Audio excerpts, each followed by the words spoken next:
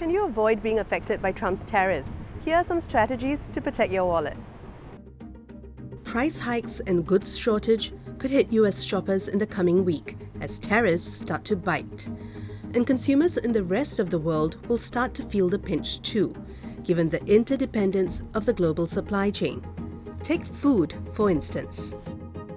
So what other alternatives do we have for importing or otherwise receiving these products? Can we produce more? Can we import from other trade partners? So is there some substitutability there? And then the other is, at what stage of processing or value add do we import these foods? And then what happens to these foods once they're imported and incorporated into our markets?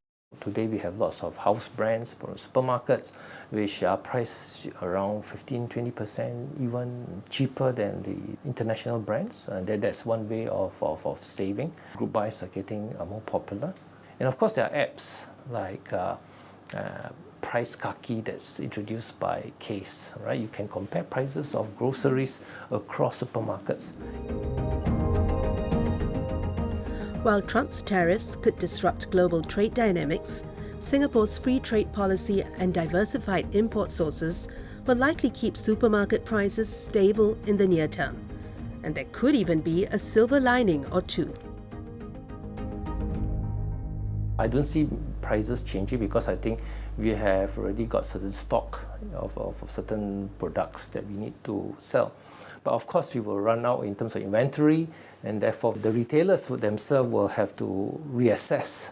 If the worst scenario happens, how do they recalibrate and divert the sourcing? As long as the component of US is not part of the supply chain, then we will not be affected by the increase of tariffs imposed by Trump. Our retailers will be renegotiating deals with other sources and suppliers and find the best route that doesn't involve the US as the component of the supply chain, and that things may be just balance out. The best case scenario is that it may be even slightly cheaper because we have new sources or because of a strengthening of our Singapore dollar. We may benefit, at least temporarily, from just more goods that are not sold to the US or China being sold here in Asia, in Singapore, where the prices, given the lower cost of freight, may lead to even cases of lower prices in Singapore.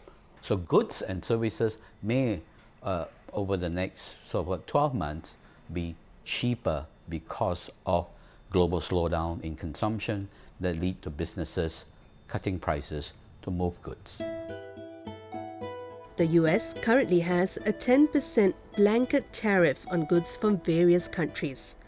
Reciprocal tariffs between the US and China impose over 100% duties on products exchanged from both countries. Buyers of US goods will likely feel the pinch of price hikes if other nations retaliate at the end of a 90-day pause on steeper tariffs.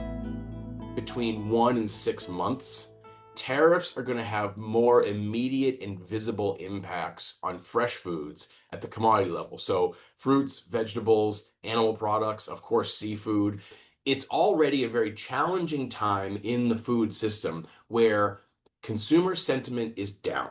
And there's really not a lot of give in terms of the operating margins for these food companies. All of this is to say, it's really hard to imagine any outcome other than a strong inflationary impact of these tariffs, at least in the short to medium run, because there's nobody left in the system to absorb it. So it'll be customers, the shoppers, you and me, who are paying for these higher tariffs at the supermarket and elsewhere. Apart from food, a recent survey shows consumers in Southeast Asia are mostly concerned about the impact of tariffs on electronics and gadgets. But experts say the region's consumer tech will likely be spared. It's important to keep in mind that these tariffs are mostly applied to the US market. For buyers in Asia, and for that matter, most markets outside of the US, we are looking at a case where the prices aren't really going to change that much. It's in many ways business as usual. But let's see what happens with this trade war. There could be a lot of things that do happen that could still put pressure on these products. And I think that's probably where the scare is coming from right now. It's that inherent uncertainty in the market.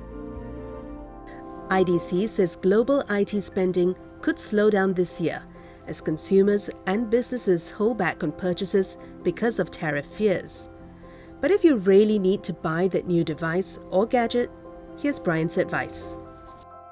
At the end of the day, if there's a piece of technology that's available and that's something that you need, buy the product, right? I think at this point, second guessing what's going to happen is, a bit futile. Probably the thing that individuals may want to keep in mind or may come into the thinking process is less about the product itself and the price, but their own financial outlook in the upcoming year.